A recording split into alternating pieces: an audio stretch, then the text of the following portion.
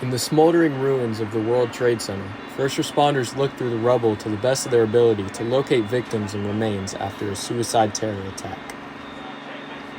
3,000 people died in the September 11th attacks, 8 of which being children. Many had burned to death in fuel fires.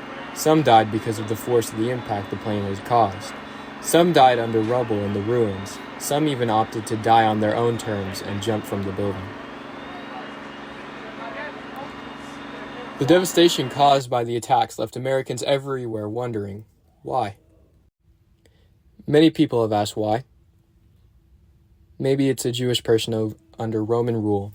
Maybe it was an early Christian being persecuted. Maybe it was a man taxed without representation in colonial America. Maybe it was a man of color in the antebellum South. Maybe it was a disabled man being tortured by Nazis.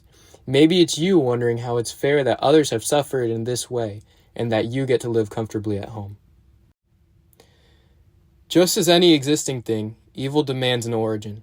Why is it that men love to act out of self-interest, desire, or even out of complete malice? There are 3 ways to look at this. Number 1, it is what it is. Even though people hate to admit it, this is the most common worldview when it comes to the problem of evil. Everyone loves to act like they care for all the evil around the world, but the majority of people couldn't be bothered to do anything about it. Subsequently, the people with this moral view have not even bothered to think about what might have caused evil, but instead only seek pleasure or hedonism in their day-to-day.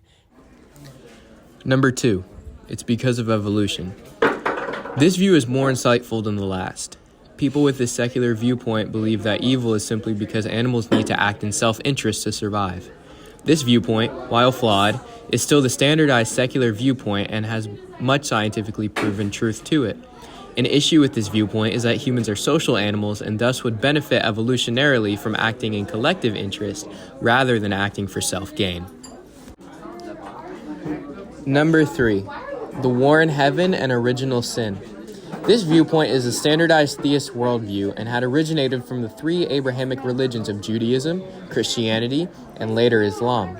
This worldview asserts that God, a constant singularity that had created and holds together the universe by his energy of inherent good, had been betrayed by one of his spiritual creations, Satan, because Satan was jealous that God had left mankind in charge of the earth.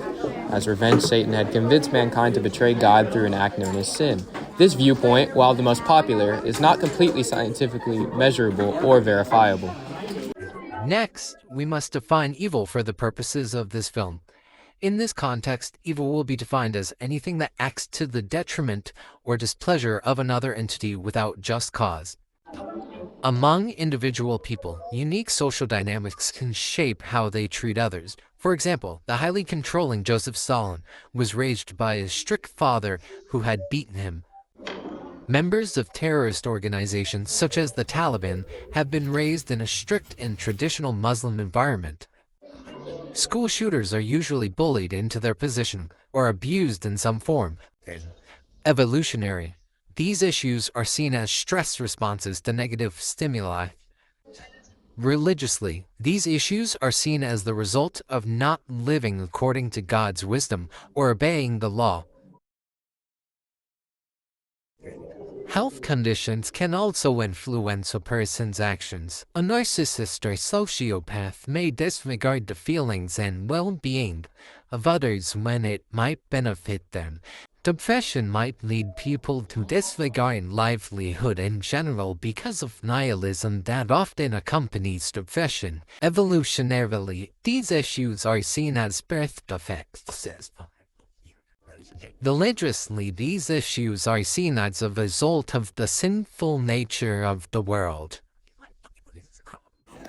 No matter how you choose to look at evil, it is evident that it exists.